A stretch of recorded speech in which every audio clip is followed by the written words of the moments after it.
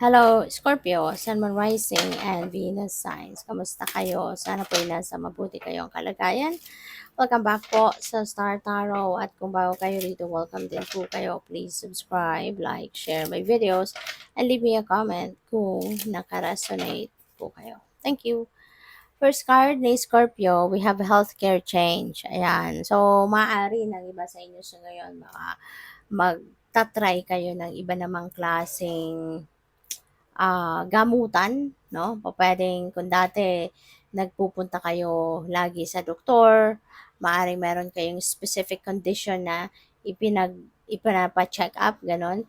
And maybe sa ngayon nagkaroon kayo ng idea or maybe you have heard from somewhere or pupuwedeng may referral sa iyo to try. Pupuwedeng holistic medicine, alternative medicine, mga ganyan, no? Or traditional medicine. So, o puwedeng susubok kayo ng ibang pamamaraan 'no, ng pagpapagamot. 'Yun ang na-pick up ko dito for some of you. So, we have moving, 'yan, pupuwedeng may relocation ang iba sa inyo, Scorpio.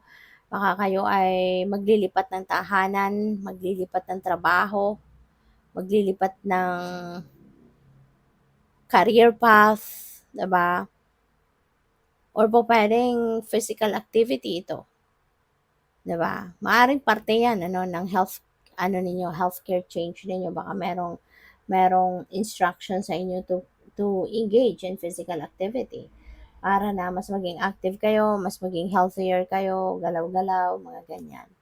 So exercise, no, puwedeng gano'n din ang ganap or other physical activity.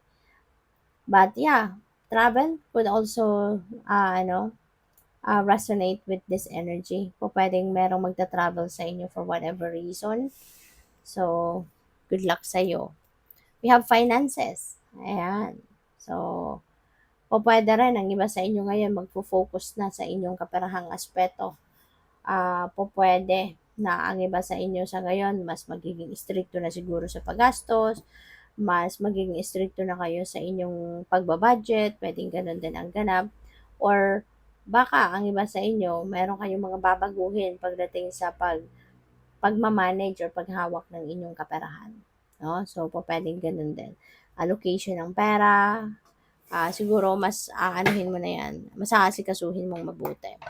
So, by the way, maraming salamat for subscribing. And if you haven't subscribed yet, subscribe na kayo. And also, maraming salamat din for not skipping the ads. Malaking bagay yan sa akin. And also, please click the join button sa baba ng video kung gusto niyo na mag-join kayo sa membership. Okay? Salamat po. So, tignan natin kung ano pa ang ganap para kay Scorpio.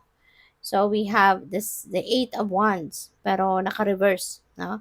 So, maaari kasi ng iba sa inyo, pagod na, no? Baka you're exhausted, kaya pwedeng slow.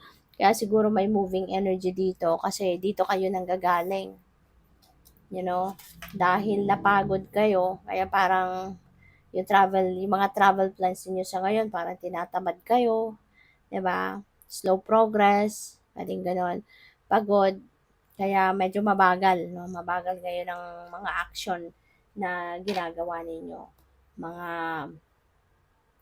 parang maya't maya gusto mo muna magpahinga, maya't maya parang gusto mong matulog muna. Kasi nga parang ano ka, parang tinatamad, 'di ba? When you are a little under the weather, talagang tatamarin ka. So, pupuwedeng may gano'n ang ganap, 'no, ang iba sa inyo. Kasi nga napagod ka. Maybe you didn't have time to relax man lang, you didn't have time to chill, in the past. Kaya parang 'yun, parang exhausted kayo.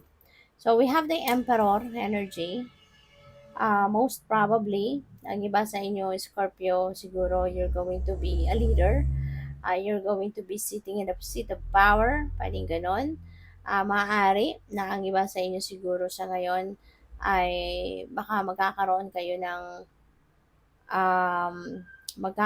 kayo ng promotion into a leadership role. Pwede rin na ang iba sa inyo rito, since this is also about organization, pupuwede rin ang iba sa inyo sa ngayon mag-aayos. No? Aayusin ninyo hindi lang yung kung anong area of life, but maybe aayusin mo yung pagbabudget, diba? Since meron tayong finances, siguro mas aayusin mo ngayon yung pamamaraan ng pagsasave ng pera or pagmamanage ng pera, isa na yan. Or po pwedeng cleaning up, no? Cleaning up ng iyong living space. Siguro, ang gagawin din ninyo, maglilinis, mag-organize, magde-declutter, yung mga ganon, no? So, that's good. Kasi gusto mo lang na maging maayos ang lahat. Alright? Gusto ninyo ng organized, gusto ninyo na maging maayos ang lahat para systematic nga naman, no, yung galawan ninyo. So, what else? We have Page of Pentacles. So, si Page of Pentacles, this is may kasamang swerte ito. No? May kasamang good luck si Page of Pentacles. So, kung ano man ang mga paparating na balita, pwedeng yun ang magdadala sa iyo ng swerte.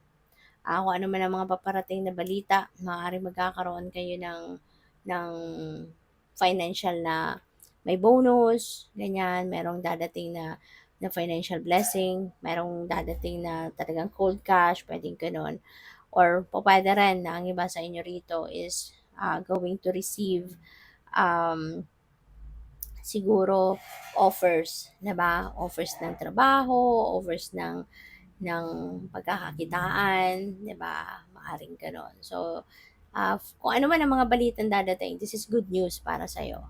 No, this is good news na related sa inyong money, career, and finances. Meron din ako nakikita dito or nasi-sense na may sale of property. Baka ang iba sa inyo nagbebenta ng bahay, nagbebenta ng lupa. Pwedeng ano mo yan, pwedeng trabaho mo, baka realtor ka. Or pwede rin na personal mong possession ito. Personal mong sariling lupain mo, sariling bahay mo. Pwedeng ganon, yung binebenta ninyo. No? So, yun. Tingnan natin ano pa. So we have the Ace of Wands. Ayan. Ace of Wands is a new beginning energy. Okay? So meron kayong bagong sisimulan.